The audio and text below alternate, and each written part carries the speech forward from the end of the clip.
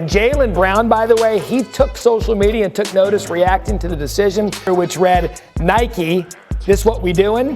Hill was asked about Brown's tweets and constructing the Olympic roster.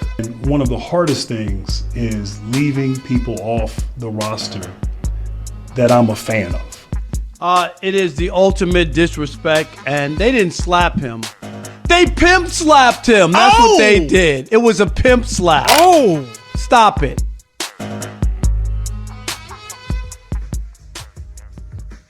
And so here we go again, back with another one. Welcome back to the Dark Times channel. And before I get started, make sure you guys go ahead and hit that like button for me. And as usual, if you're not new to the channel and you've been enjoying the content so far, make sure you guys go ahead and hit that subscribe button for me as well. And so let's go ahead and dive right in. As everybody already knows, the Olympics are right around the corner, set to kick off here in a week or so. And the men's Team USA basketball has suffered a setback. NBA superstar player, two-time champion Kawhi Leonard has decided to withdraw from men's Team USA basketball. And the Men's USA Basketball Committee, instead of picking up Jaylen Brown, NBA champion Jaylen Brown, Finals MVP Jaylen Brown, instead of picking him up, they decided to go with his teammate Derek White. And they got none other than Grant Hill to do the splaining for him. You got 12 spots, and you have to build a team. And one of the hardest things is leaving people off the roster that I'm a fan of, that I look forward to watching throughout the season, throughout the playoffs. But the responsibility that I have is to put together a team, and a team that complements each other, a team that fits, a team that will give us the best opportunity for success. And so, you know, whatever theories that might be out there, you know, they're just that. And so whoever you want to blame, Team USA Basketball, Nike, whoever's to blame, they got Grant Hill out here doing the splaining for them. Because everybody knows that this is a slap in the face to Jaylen Brown. This is an ultimate disrespect to Jaylen Brown. Jaylen Brown is arguably the best player on that team, and arguably probably one of the best two-way players in the entire league. If the goal is to bring home the gold, you want Jaylen Brown on that roster. Here's Jaylen Brown. Oh, he ascends and lands on top of Cleveland. You should be begging Jaylen Brown to be on that roster, especially after you lose a Kawhi Leonard. And Jaylen Brown is pretty much Kawhi Leonard 2.0, and a lot of people are echoing the same sentiments. To date Jaylen Brown, do you think he got snubbed from the Olympic team?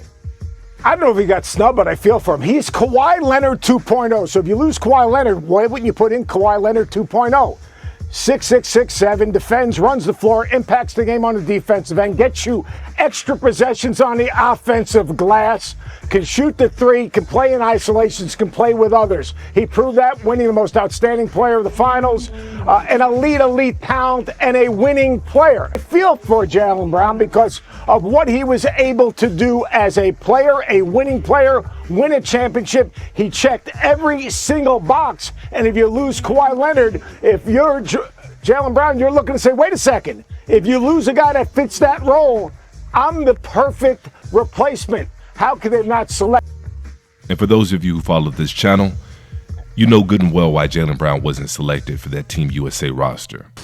I mean, what do you plan to do off and on the floor with this new contract? Well, that's a great question. I want to launch a project to bring Black Wall Street. I think about that quote a lot when I think about the national anthem, which was written by Francis Scott Key, who was a slave owner. When we talk about the national anthem, we don't really talk a lot about the third verse that was written, which addresses, you know, slavery, mentions like there's no hope for, you know, a hireling or a slave, but the gloom of the grave. So racism is so deeply embedded in our country that people don't even flinch or even shift at the idea. It kind of is what it is.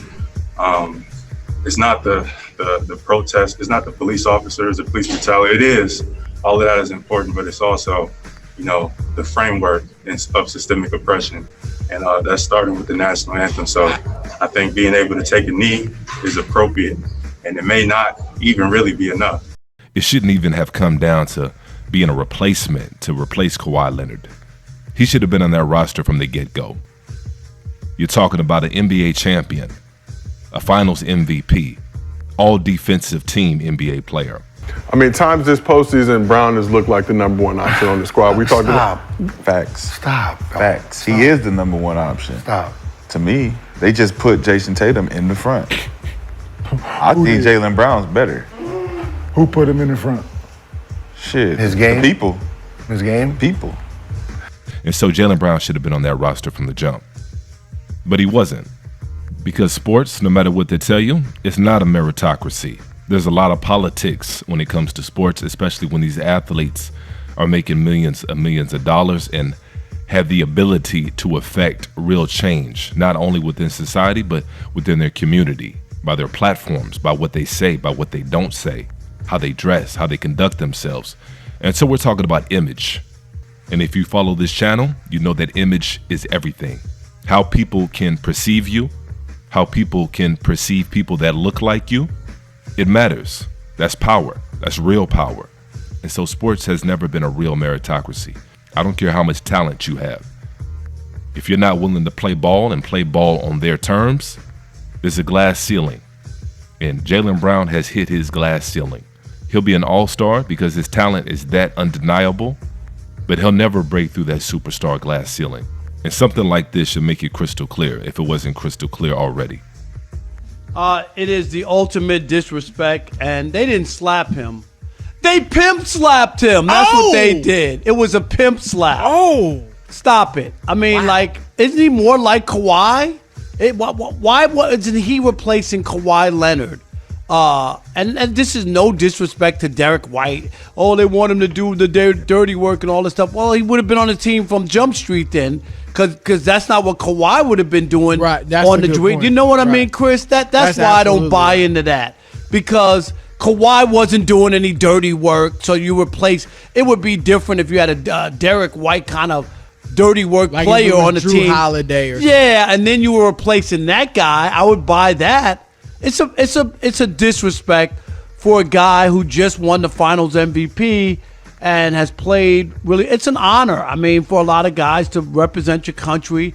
Right. It's an honor. Right. But this is total disrespect to Brown. I just don't understand the thinking here by the Team USA.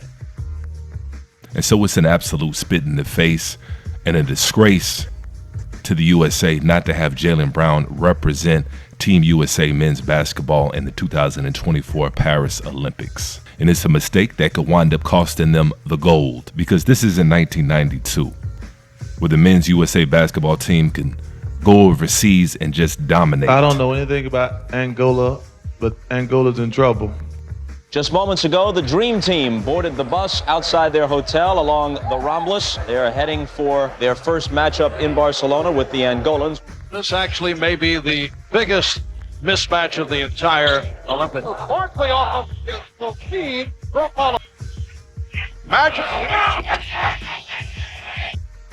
The game of basketball has come a long way since then, and it's a global game.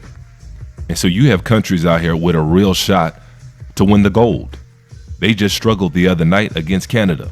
And you've got these rosters now, got these international rosters that have NBA talent across the board. And so the days are long gone when they can just throw a roster out there and expect to bring home the gold.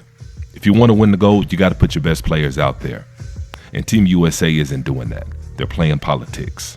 And then on top of USA losing Kawhi Leonard, they may also have to play without Kevin Durant for an extended period of time due to a calf injury. And Kevin Durant has a long history of having calf injuries and lower body injuries. And so there's no guarantee that Kevin Durant is even going to be able to suit up during the Olympics. There's no guarantee. Kevin Durant may want to shut it down and get ready for the regular season. Kevin Durant's getting up there in age, and he may want to shut it down. And so you need a player like Jaylen Brown, a player that can do it all. You would want a player like that. You would be wise to have a player like that on your team. But like I said, sports has never been a meritocracy. It's always been about, if I give you this contract, if I give you this $1 million contract, what will you do? What are you going to do? It's unfortunate, but that's the cost of righteousness. But hopefully Team USA can bring home the gold. I'm never going to root against those guys. Those guys deserve to be where they're at, but Jaylen Brown also deserves to be where they're at as well. And so that's going to be a wrap on this particular video. Make sure you guys go ahead and hit that like button before you leave. And if you're not new to the channel and you enjoy the content so far on this channel, make sure you go ahead and hit that subscribe button for me as well. And as usual, peace and chaos.